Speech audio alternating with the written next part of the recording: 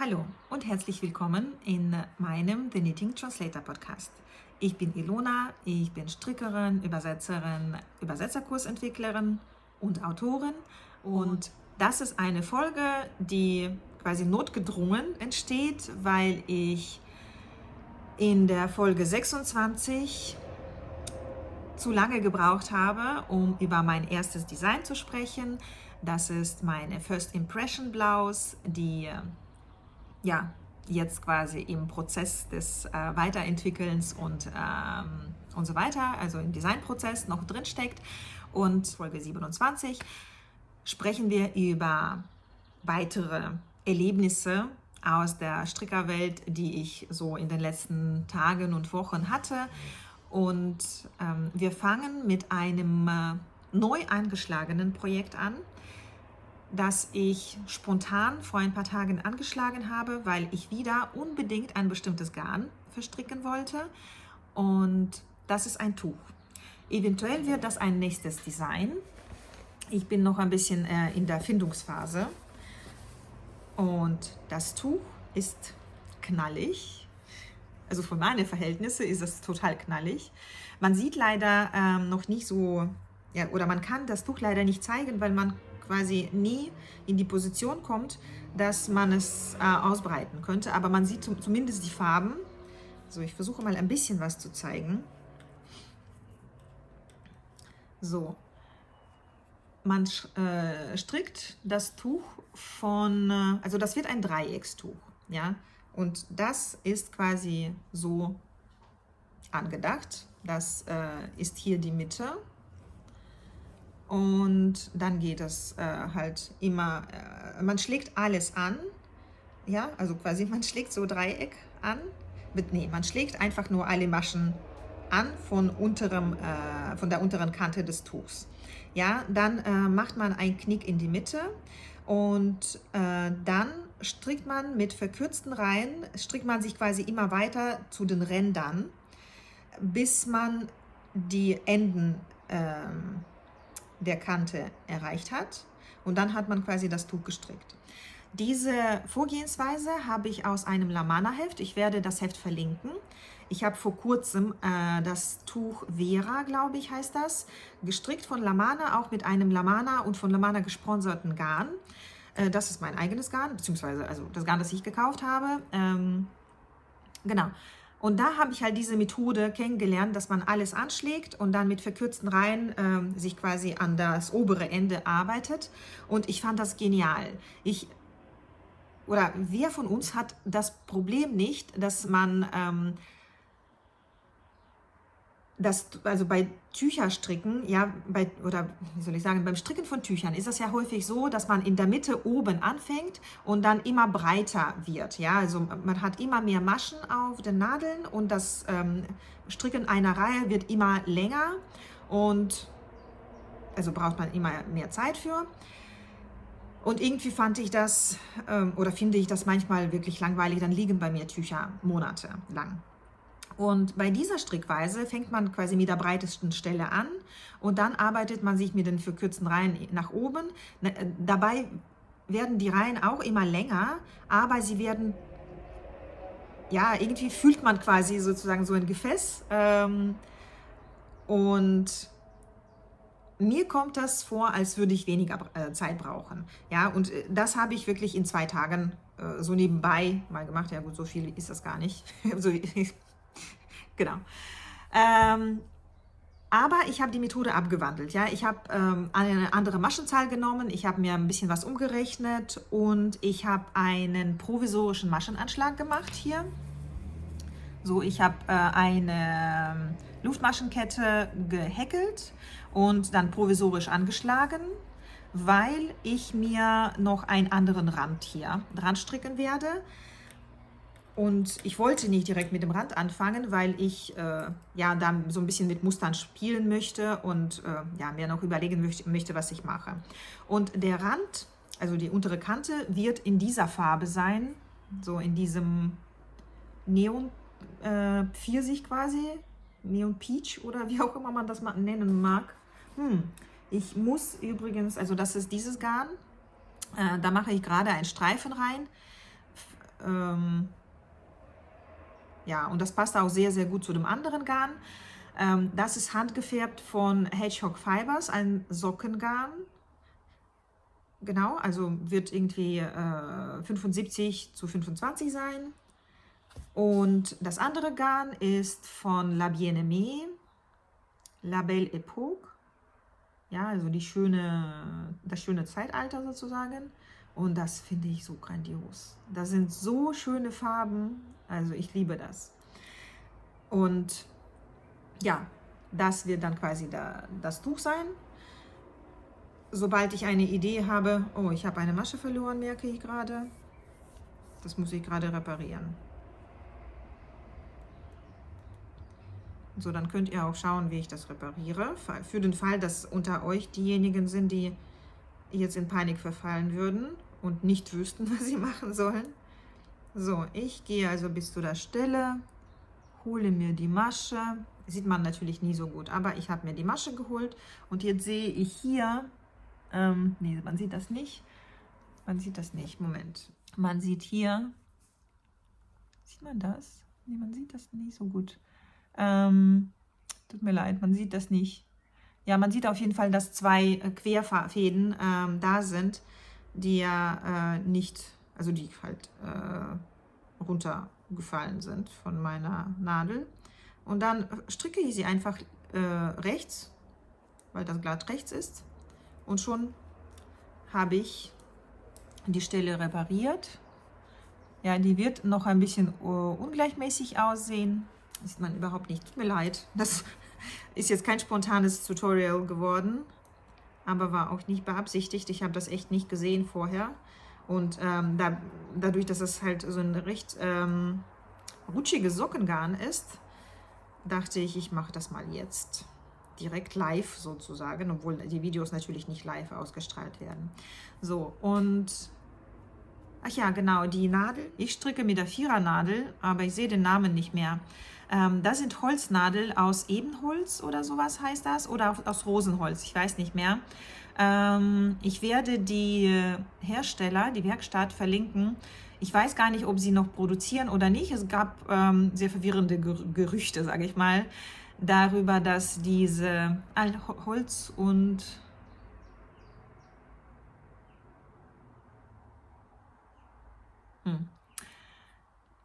müsste ich nachgucken eigentlich, aber ich möchte jetzt nicht noch mehr Zeit verlieren. Holz und Stein heißt das, glaube ich. Jedenfalls haben sie sehr schöne Holznadeln. Die Seile sind nicht so schön, finde ich, aber die Nadeln sind sehr schön. Und es gibt halt nur, soweit ich weiß, gibt es nur fest verbundene Seile mit den Nadeln. Und das ist eine kleine familiengeführte Werkstatt gewesen oder ist es immer noch. Es gibt immer wieder Gerüchte, sage ich mal, dass sie schließen und alles abverkaufen. Und dann gibt es einen kleinen Hype und ich bin diesem Hype quasi unterlegen und mir ein bisschen davon was gekauft. Also ich habe mehrere davon, ich glaube so 3 oder 4 Rundstricknadeln habe ich von denen in unterschiedlichen Stärken. Aber die stricken sich wirklich gut, also gerade mit so rutschigem Garn wie so ein Merino-Sockengarn. Und ja, die sind leicht, passen hier von der Länge ganz gut. Ja, das wird mein Sommertuch sein. Das habe ich extra für den Sommer und ich bin bald fertig. Ja, ich habe nur noch wo ist das? Ich habe nur noch so viel bis zum Rand und ich gehe immer in Schritten bis zum Rand, ja, mit verkürzten Reihen. Das ist wahrscheinlich mein neues Design. Ich muss noch überlegen. Ja, ich bin noch, wie gesagt, das Schwierigste beim Entwerfen von neuen Strickstücken ist, sich zu entscheiden für ein bestimmtes Muster, wenn man ein Muster möchte.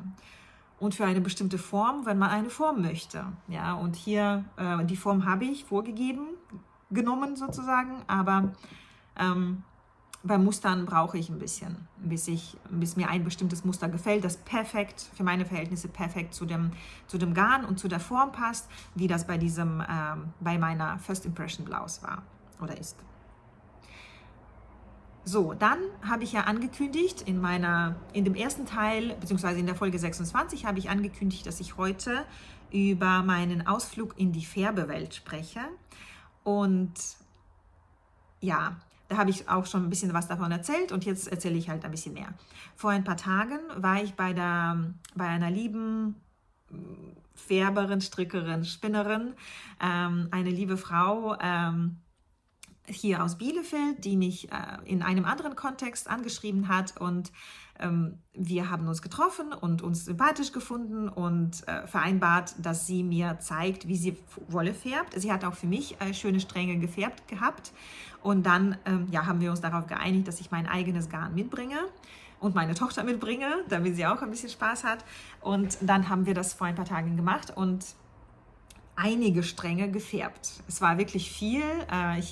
In meinem, wie soll ich sagen, Ideenüberschuss habe ich sehr viel Garn mitgebracht und wir haben alles gefärbt. Hier habe ich den Satz zu verdanken, Orange können wir. Es war tatsächlich einfach erstaunlich. Wir haben bei einem Garn versucht, also nicht irgendeine andere, sondern wir haben versucht, so eine peachige Farbe zu bekommen, also so Pfirsich, artiges, also eigentlich ziemlich ähnlich, nur nicht so Neon. Ja, so eine ähnliche Farbe zu bekommen wie das hier, nur nicht Neon, sondern halt etwas ruhigeres Peach. Und egal was für Farben wir miteinander gemischt haben, es kam einfach nur Orange raus. Ja, es war einfach nur wie verhext. Und mit diesem Garn fange ich auch an. Das ist Exquisite von West Yorkshire Spinners. Die habe ich in Weiß gekauft und dann haben wir halt versucht, Peach zu machen, aber die Wolle hat sich ganz komisch verhalten. Ja, wenn man die Lösung mit der Farbe draufgegossen hat, dann ist die Farbe direkt an den Stellen eingezogen in das Garn, wo sie quasi drauf kam und ist nicht durchgesickert. Ja, so dass man überhaupt nicht, wir wollten eigentlich gleichmäßig oder vielleicht mit ein bisschen Farbübergang, aber schon alles quasi Orange-Peach machen, aber es hat einfach nicht funktioniert. Ich habe unglaublich viel Farbe da reingekippt. Nee. Also haben wir so etwas bekommen. Das sieht jetzt hier an diesen Stellen viel weißer aus, als es in echt aussieht. In echt ist das so gelblich. Ja, sieht man vielleicht so ein bisschen. Und in echt sieht alles quasi so gelblich aus, mal heller, mal dunkler gelb. Und dann halt so diese peachigen so, ich weiß nicht, wie die Farbe heißt, aber auf jeden Fall so diese Farbe, die hier so rauskommt, die gefällt mir sehr gut. Dieses Gelbe gefällt mir weniger. Ja, aber ich glaube, ich gewöhne mich langsam immer mehr dran. Ich werde auf jeden Fall finden, was ich damit mache. Und die Wolle ist nach wie vor wirklich unglaublich schön weich. Ich habe gestern mit meiner Tochter zusammen auch gewickelt und so im Knäuel sieht das viel besser aus eigentlich, interessanterweise. So. Das ist Fingering Garn, Fingering Stärke, also 400, glaube ich. 400, ich guck mal. Eigentlich ist das ja egal, das ist ja mein Experiment. Genau, 400 Meter auf 100 Gramm. Und die Zusammensetzung ist natürlich unglaublich schön. Das ist 80% Falkland Merino und 20% Seide, Mulberry Silk. Genau, also sie ist sehr weich. Ich werde irgendwas damit auf jeden Fall machen. Vielleicht noch ein bisschen mehr zum Prozedere. Wir haben mit Säurefarben gefärbt. Ich werde ein paar Bilder hier so parallel zu der Erzählung einblenden, wie das so aussah in dem Wasserbad und im Farbebad oder wie auch immer das heißt. Es war für mich sehr interessant. Ich habe das noch nie so in der Abfolge gesehen, wie das in echt ist. Das hat auch, ich will nicht sagen, echt lange gedauert. Das würde sich negativ anhören, aber es hat länger gedauert, als ich gedacht habe. Und zeigte mir nochmal, wie aufwendig das Färben ist, auch wenn man vorgefertigte Farben hat, also fertige Farben quasi, die Farbe geben sollen, die man erhofft, was ja auch nicht immer der Fall ist. Da weiß ich gar nicht, wie hat sie das denn genannt? An dieser Stelle ganz, ganz liebe Grüße, liebe Carina.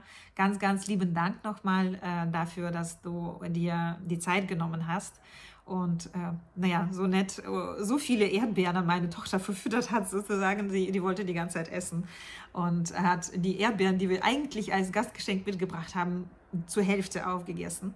Aber sie hat sich auch wacker geschlagen. Jedenfalls ganz, ganz lieben Dank, Carina. Ich habe dich gar nicht erwähnt bisher. Auf Instagram schon, aber nochmal hier. Es hat oder bedeutet mir sehr viel, dass du dir so viel Zeit genommen hast. Das fand ich sehr aufschlussreich, sehr interessant, auch sehr nett, was Gespräche anging. Ja, und da habe ich dann halt gesehen, wie viele Schritte man braucht, wie gut man das planen muss, wie gut man das überlegen muss, was man alles an Equipment braucht, ungefähr alles sozusagen. Ich meine, ich hatte das nie angezweifelt, dass Handfärben von Wolle eine aufwendige Angelegenheit ist und dass der Preis in der Regel berechtigt ist oder meistens sozusagen berechtigt ist. Also die Preise, die man so in Deutschland normalerweise bei Handfärberinnen sind, die sind auf jeden Fall berechtigt. Und es war für mich nochmal besonders spannend zu sehen, ja, welche Schritte dazu führen, dass bestimmte Farben entstehen, dass die Garne so schön aussehen, wie sie dann aussehen. Zum Beispiel, um so etwas zu bekommen, kann ich mir vorstellen, dass man viel mehr Wissen braucht, als ich irgendwie in ein paar Wochen mir aneignen könnte. Das ist viel mehr ausprobieren, viel mehr, ja, auch viel mehr für die Tonne färben. Es ist auf jeden Fall eine Wissenschaft für sich, also die Farbenlehre sozusagen oder die Reaktion der Wolle auf bestimmte Farben. Das sind so viele Aspekte, die man da berücksichtigen muss. Ja, alle Achtung vor allen Handfärberinnen, die das beruflich oder semi-beruflich machen. Das ist auf jeden Fall, das macht richtig viel Spaß und das ist, ja, das braucht auch schon einiges an Wissen. Ja, das war das Experiment mit Orange. Dann hat meine Tochter diesen Strang gefärbt. Das ist eine Sockenwolle mit British Wool, also britische Schafsrassen und 25% Polyamid. Ich habe keinen Strang mehr, also ich habe nur diesen einen Strang und den hat meine Tochter gefärbt mit allem, ja, mit allen Farben, die ihr so gefallen haben. Das finde ich ist sehr schön geworden für eine Sockenwolle, wirklich nett. Dann haben wir noch 100% BFL gefärbt. Von Rooster Yarns hatte ich ein bisschen was. Das ist dann so herbstlich geworden. Das war auch Absicht. Also wir wollten eigentlich ein bisschen andere Farben. Aber dadurch, dass Carina das nicht in Eigenregie gemacht hat, sondern mir freie Hand gelassen hat, sind die Farben auch ein bisschen wild geworden, beziehungsweise nicht ganz so, wie man sie beabsichtigt hat. Aber ich finde das trotzdem sehr schön. Ja. Und davon habe ich 4 Stränge. Also von dem Falkland Seide habe ich 5 Stränge gefärbt in dieser lustigen Orange-Gelbfarbe. Davon habe ich 4. Es reicht auf jeden Fall für eine Strickjacke oder ein Pullover für mich oder für 2 Pullover für meine Tochter. Ja, das sieht im Knäuel so aus. Auch eine recht reichhaltige Färbung geworden, aber interessant. Ja, also ich habe jetzt mit Gelb nie so viel, aber das ist eigentlich auch das Schöne daran. Dann habe ich hier was Besonderes. Und meine Lieblingsfärbung, muss ich sagen, ist diese hier. Ich versuche sie mal 4 Stück zu zeigen. So, ne, 4 sieht anders aus. So, ja, ich bin ja eher so der Naturfarbentyp. Und ich mag auch ja, so ein Naturweiß mit Akzenten. Und das haben wir dann hier gemacht. Das ist die Wolle von Rosy Green Wool, Cheeky Merino. Ja, das ist Decay, nee, nicht Decay, das ist Sportsweight, also 300 Meter auf 100 Gramm. Und die haben wir halt so quasi gespeckelt. Ja, und man sieht nicht so gut, welche Farben da sich entfaltet haben, aber man sieht, dass das verschiedene Farben sind. Ja, da sind auch so Pink, Neonpink und ein bisschen Blau hier, so hier und da. Das sind, ich weiß nicht mehr, also Carina, tut mir leid, ich weiß nicht mehr, wie du das genannt hast. Es gibt ja so Es gibt so Grundfarben, die geben quasi die Farbe, die auch auf der Verpackung draufsteht, an die Wolle weiter. Aber es gibt auch so Farben, die auseinanderfallen. Und das war so eine, das war Fawn, glaube ich. Und eigentlich dachte ich, dass es so helles Braun oder so mittleres Braun sein wird, mit so ein bisschen lila Touch. Aber da sind ganz viele Farben rausgekommen und das finde ich unglaublich schön. Also das finde ich wirklich richtig, richtig schön. Das haben meine Tochter und ich zusammen gemacht. Wir haben da auch so ein bisschen Pistaziengrün reingepfeffert, aber sieht man nicht so viel von. Das ist wahrscheinlich einfach zu hell gewesen für die anderen Akzente. Man sieht das hier und da, aber das ist eher so dezent. Ja, ich wollte eigentlich Maschenproben machen, habe ich noch nicht geschafft. Genau, und das ist im Knäuel. Finde ich sehr, sehr, sehr, sehr schön. Ich habe also 5 Stück davon, jetzt insgesamt 500 Gramm. Und daraus wird wahrscheinlich mein eigenes neues Design entstehen. Vielleicht, ich weiß noch nicht genau. Ja, das war mein Ausflug in die Welt des Wollefärbens. Ganz lieben Dank an dieser Stelle nochmal an Carina für die methodische und fachliche Anleitung und an meine Tochter für die Farbberatung und tatkräftige Unterstützung. So, was kommt jetzt als nächstes? Als nächstes wollte ich ich wollte ein bisschen was zur Mottenbekämpfung sagen. Eine Zuschauerin hat mich ja gefragt, ich versuche das mal zusammenzubekommen, sie hatte irgendwo bei sich entdeckt, dass ein Strang vielleicht, irgendwie so, also an einer Stelle die Wolle offenbar von Motten gefressen wurde oder durchgefressen wurde und hat mich gefragt, ob es ausreichen würde, wenn sie einfach nur diese Wolle in eine Plastiktüte packt, hermetisch verriegelt, was dann passiert. Also ob die Motten einfach mal eine Party feiern würden oder ob sie dabei eingehen würden. Diese konkrete Frage kann ich jetzt ehrlich gesagt nicht so beantworten. Ich denke aber, so nach meinem Wissensstand würden die Motten auf jeden Fall eine Party feiern, bis sie nichts mehr zu fressen haben. Ohne Luft würden sie wahrscheinlich irgendwann eingehen, aber nicht sofort, weil so wenig Luft kann man, glaube ich, gar nicht drin lassen, dass sie sofort eingehen würden. Und ich persönlich fände das unangenehm, wenn ich irgendwo eine Mottenparty habe im Haus. Ich habe mir so ein bisschen Gedanken gemacht und das auch im Kommentar als Antwort geschrieben und möchte das aber nochmal so quasi auf der Tonspur hier mitteilen. Und zwar allgemein in Bezug darauf, wie man die Wolle gegen Motten schützt.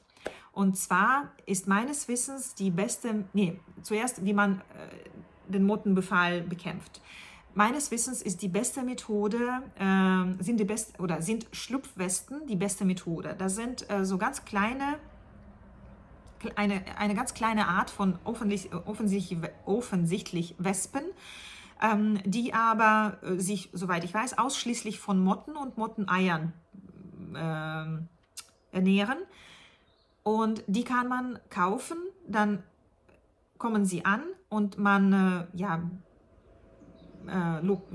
man tut sie an die Stelle, wo Mottenbefall ist. Und die fressen alles, was mit Motten zusammenhängt, was sie finden. Und wenn sie nichts mehr zu fressen haben, sterben sie. Ja, das heißt, und sie sind mini klein. So dass man sie quasi nicht mitbekommt. Ja, normalerweise sind sie ja Motten auch nicht da, wo man sich ständig hinsetzt oder sowas, sondern irgendwo da, wo man selten hinkommt, so dass diese Wespen einen auch nicht stören würden. Zum Beispiel, man würde sie dann zum Beispiel irgendwie an die Stelle im Schrank hinpacken, wo man die Motte gesehen hat, oder ein Stück Kleidung oder Garn oder Kleidung oder Strickstück gefunden hat, das von Motten zerfressen wurde, dann würde man diese Schlupfwespen dahin legen und die würden dann quasi alles vernichten, was mit Motten zu tun hat. Das ist meines Wissens die beste Methode, wenn es schon Mottenbefall gibt. Dann kann man noch die Wolle in den Ofen legen und bis zu einem gewissen Grad aufheizen. Das habe ich auch gehört oder gelesen. Ich weiß allerdings nicht, wie viele Grad das sein sollen, aber auf jeden Fall tötet die Hitze die Eier und die Motten auch endgültig.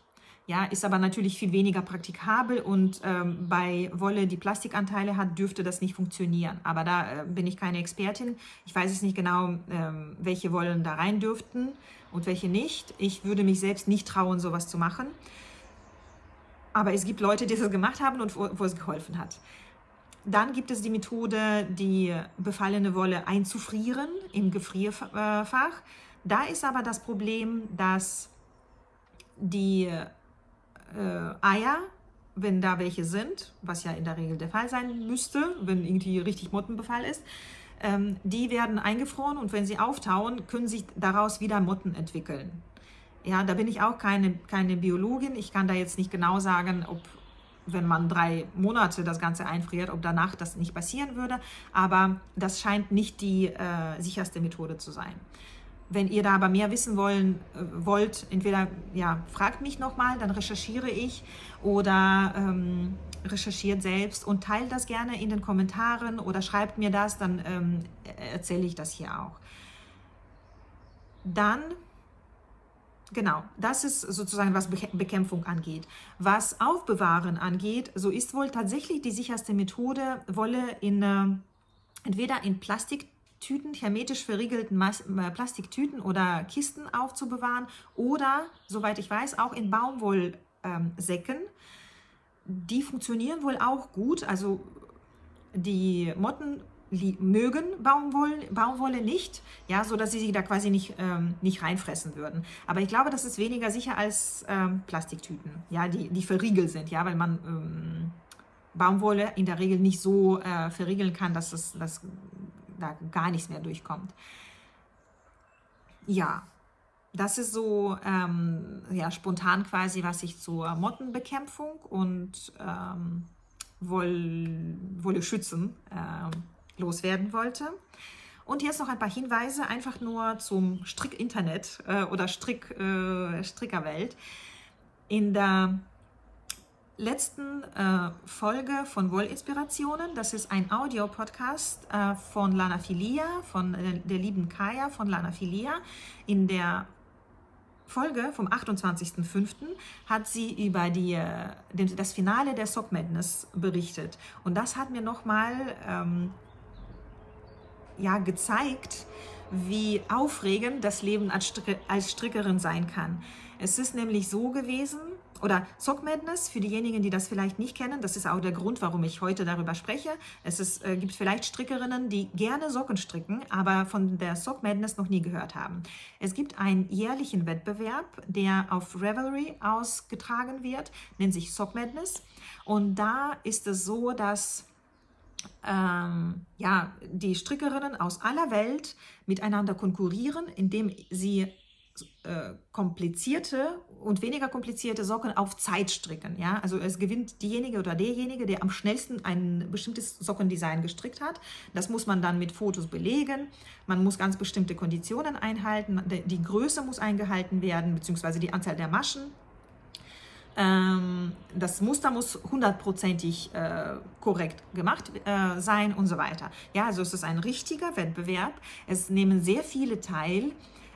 Und ja, es sind da sehr viele Emotionen im Spiel. Das war auch bei Kaya so. Ganz liebe Grüße, Kaya, nochmal an dieser Stelle. Als ich deine Folge gehört habe, habe ich so mitgefiebert. Ich habe das auf Instagram zwar ein bisschen mitbekommen, dass du am Ende sehr frustriert warst, aber ich konnte irgendwie nicht viel machen, beziehungsweise ich war da nie so präsent, ich war da unterwegs und an dieser Stelle einfach nur meine vollständige Unterstützung und auch Verständnis. Ja,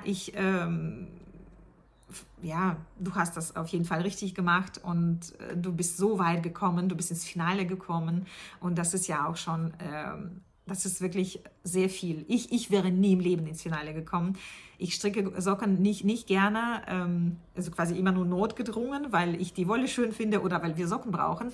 Aber ansonsten bewundere ich das, wenn man wirklich so viel Ehrgeiz entwickeln kann, dass man so weit kommt und da muss man ja auch richtig, richtig gut sein. Also ich würde mir nicht anmaßen, so die Art von Socken zu stricken, die ihr da alle gestrickt habt, beziehungsweise insbesondere diejenigen gestrickt haben, die so weit gekommen sind. Ja, das ist einfach nur jenseits meiner Vorstellungskraft, insbesondere in Bezug auf Socken. Ja, also vollständiges Chapeau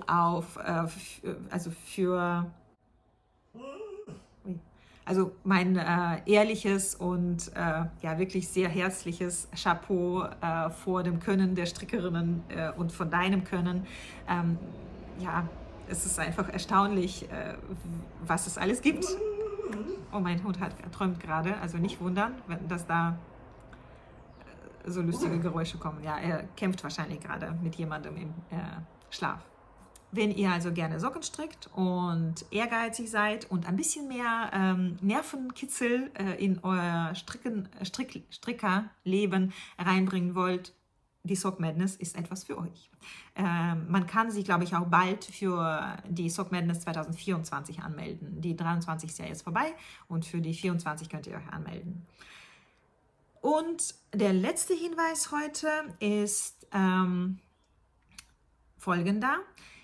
Ich habe ja immer wieder schon über die Unspun Wool, also ungesponnene oder unversponnene Wolle gesprochen, zum Beispiel Nutiden oder Plötulopi. Ich habe auch vor kurzem, vielleicht verlinke ich hier die Folge, beziehungsweise nenne ich die Folge hier, vor kurzem habe ich 2 Cardigans fertig gestrickt, einmal aus Nutiden und einmal aus Plötulopi. Ja, also ich mag rustikale oder so griffige Wolle und die beiden, die ich gerade genannt habe, die sind quasi so der Inbegriff dafür, weil sie nicht mal versponnen sind. Also sind nicht nur rustikal und nicht Superwash behandelt, sondern nicht mal versponnen. Dazu habe ich heute eine Podcast-Folge von einer kanadischen Podcasterin entdeckt, die Podcasterin heißt, beziehungsweise der Podcast heißt Clo-Knits, schreibt sich C-L-O, die heißt Claudia, was ja im Englischen Claudia ausgesprochen wird und deswegen Clo-Knits. Und die Folge verlinke ich auch in der Beschreibung. Sie vergleicht nicht nur Nutiden und Plötulopi, sondern noch mehrere andere unversponnene Wollarten. Ja, für diejenigen von euch, die Interesse haben sollten, verlinke ich die Folge. Nur so viel wollte ich dazu sagen.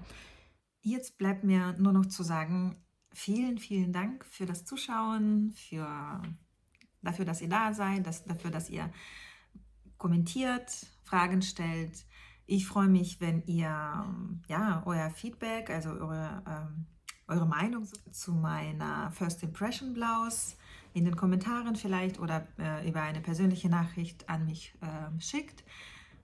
Wenn ihr vielleicht besondere Wünsche in Bezug auf die Anleitung habt, die normalerweise in Anleitungen vielleicht nicht berücksichtigt sind oder was euch häufiger in Anleitungen vielleicht fehlt, auch gerne reinschreiben. Ich werde mich bemühen, die Anleitung möglichst verständlich und für alle ja, Wissensniveaus oder Könnenniveaus aufzubereiten. Ja, dafür bräuchte ich vielleicht eure Unterstützung. Ansonsten werde ich mich daran orientieren, was ich in Anleitungen für wichtig halte und natürlich, was so gang und gäbe ist in den Anleitungen. Vielleicht fällt euch irgendwas ein, was ich bei den Größen nicht berücksichtigt habe oder was ihr normalerweise vermisst. Also ich freue mich auf jeden Fall sehr, sehr gerne auf allen Wegen über die Rückmeldung zu meinen vorgestellten Designs, insbesondere zur First Impression Blouse. Und wünsche euch ein schönes Wochenende und bis bald. Tschüss.